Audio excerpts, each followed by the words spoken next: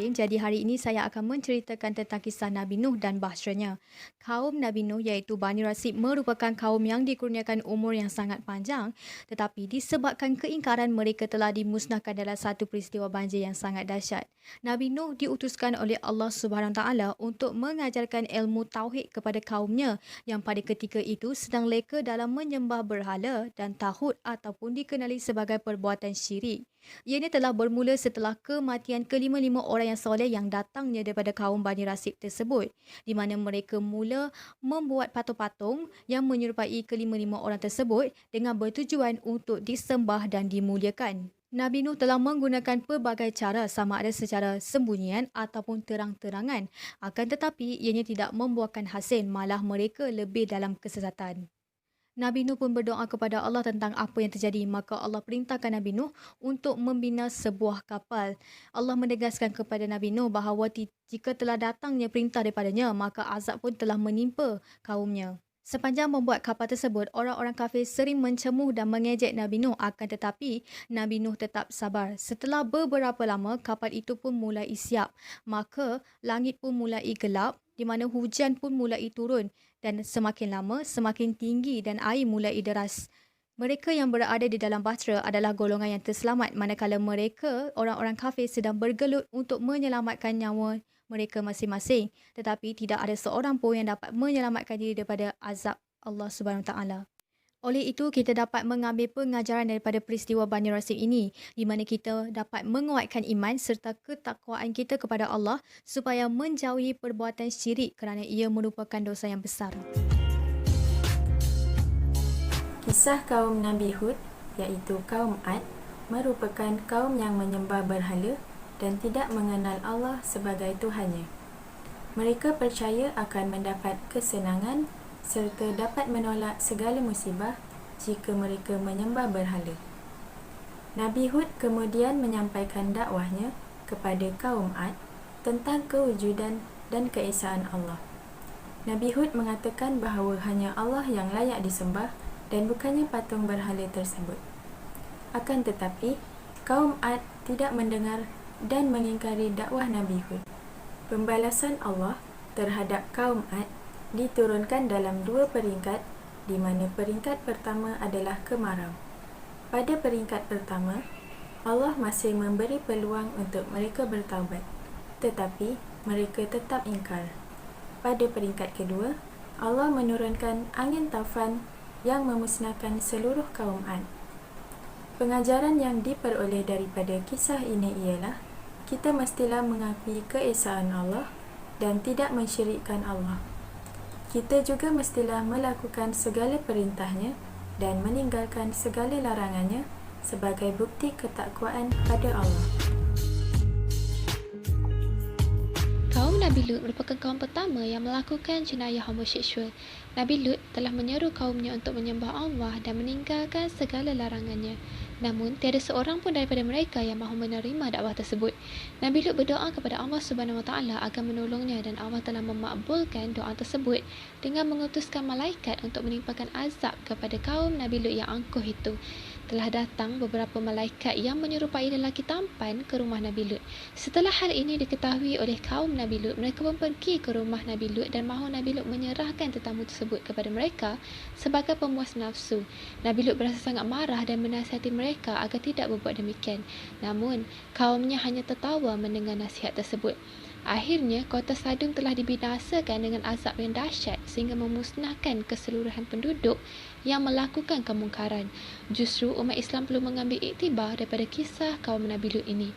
Perbuatan homoseksual yang masih berlaku ketika ini amat menggusarkan kerana ramai umat Islam yang terlibat dengan perbuatan tidak bermoral ini. Semua pihak perlu memainkan peranan supaya perbuatan homoseksual ini dapat dielakkan daripada terus berleluasa. Antara langkah yang boleh diambil adalah dengan mengadakan kempen tentang bahayanya hubungan sejenis, menerapkan ilmu agama sejak kecil serta menguatkuasakan undang-undang dengan lebih ketat. Diharapkan homoseksual ini dapat dihentikan dengan segera supaya tidak memberi kesan buruk kepada generasi yang akan datang.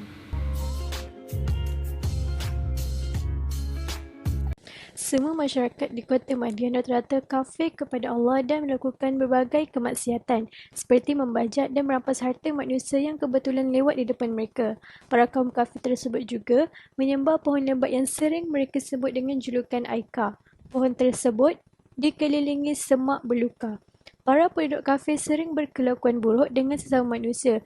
Mereka sering menipu dalam urusan jual beli dan sering mengurangi takaran dan timbangan. Melihat kejadian tersebut, maka Allah mengutus seorang Nabi dari kalangan mereka bernama Nabi Syuaib untuk mengajak mereka beribadat kepada Allah.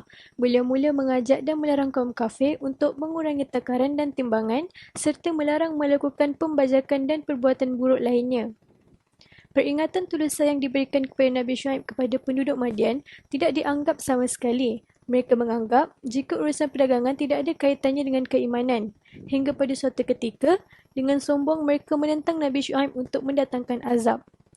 Nabi Syuaib pasrah mendengar kaum Madian yang sombong, lalu dia menyerahkan semua kepada Allah. Allah memerintahkan Nabi Syuaib bersama pengikutnya untuk meninggalkan kota Madian. Setelah Nabi Syuaib dan pengikutnya meninggalkan kota Madian, tiba-tiba terlihat awan tebal bergulung-gulung di langit kota itu. Para kaum kafir mengira bahawa awan tebal tersebut petanda akan turun hujan. Namun, di balik awan tersebut, terdengar suara peti yang sangat keras dan menggelegar. Suara itu begitu keras dan membinasakan semua orang yang mendengarnya.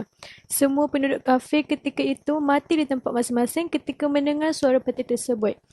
Oleh itu, sebagai pengajaran, kita hendaklah berlaku jujur dalam jual beli, tidak menduakan Allah dan mengelakkan kemaksiatan supaya kita tidak tergolong sama seperti kaum Madian.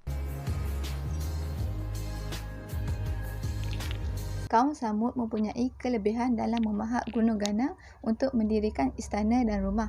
Malah Allah juga mengurniakan mereka bumi yang subur dengan kebun-kebun tanaman dan sayuran beserta mata air yang mengalir di kawasan tersebut. Namun, kaum Samud ketinggalan dalam bab akidah dan rohani. Nabi Saleh diutuskan kepada mereka untuk mengajak mereka kembali mentauhidkan dan beribadat kepada Allah sahaja. Sebagai bukti kenabian, Allah mengurniakan Nabi Saleh AS seekor unta betina yang hamil yang keluar dari celah batu dengan harapan kaum Samud akan kembali beriman kepada Allah. Sebahagian daripada pemimpin kaum Samud mengimani apa yang diserukan kepada mereka namun dihalangi oleh sebahagian yang lain. Malah sebahagian daripada pemimpin kaum Samud telah membunuh unta tersebut. Akibatnya, kaum Samud dibinasakan oleh satu letusan suara yang kuat yang menggemparkan bumi sehingga mayat-mayat mereka bergelimpangan seperti yang dinyatakan dalam surah Al-A'raf. Pengajaran yang boleh diambil daripada kisah Nabi Saleh dan kaum Samud ialah kita mestilah melakukan amar makruf dan nahi mungkar. Lihatlah betapa kaum Samud dibinasakan malah tersapu bersih di atas muka bumi ini kerana dosa dan pelanggaran perintah yang dilakukan oleh pembunuh unta Nabi Saleh AS. Di sinilah terletaknya hikmah agar kita melakukan amar makruf dan nahi mungkar, iaitu setidaknya, jika kita tidak berhasil mencegah kemungkaran yang terdapat dalam masyarakat, kita telah terbebas dari dosa menyekutui perbuatan mungkar tersebut.